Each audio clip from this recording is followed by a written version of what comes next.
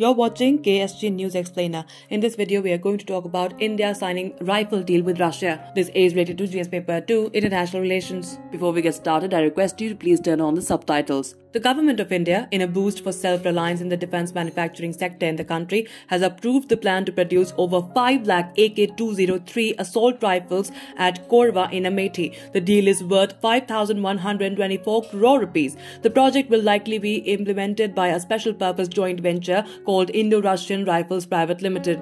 Now, what is this all about? It has been created with erstwhile OFP, now Advanced Weapons and Equipment India Limited and Munitions India Limited of India and Rosoboron Export and Concern Kalashnikov of Russia. India's Defence Minister and Russian Defence Minister signed agreements through Indo-Russia Rifles Private Limited program for military technical cooperation from 2021 to 2031. Protocol on amending agreement on cooperation in the field of Kalashnikov series small arms manufacturing dated 18 February 2019 was also part of the agreement. This deal comes at a time when India is aggressively emphasizing on Make in India, especially in the defense manufacturing sector.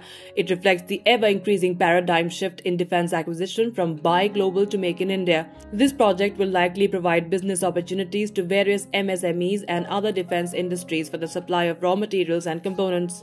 That's all we could pack in this edition of KSG News Explainer. Stay tuned for more such videos. To join KSG India courses and to crack the IAS exam, visit ksgindia.com. You can also get a PDF of this video on ksgindia.com. Thanks for watching.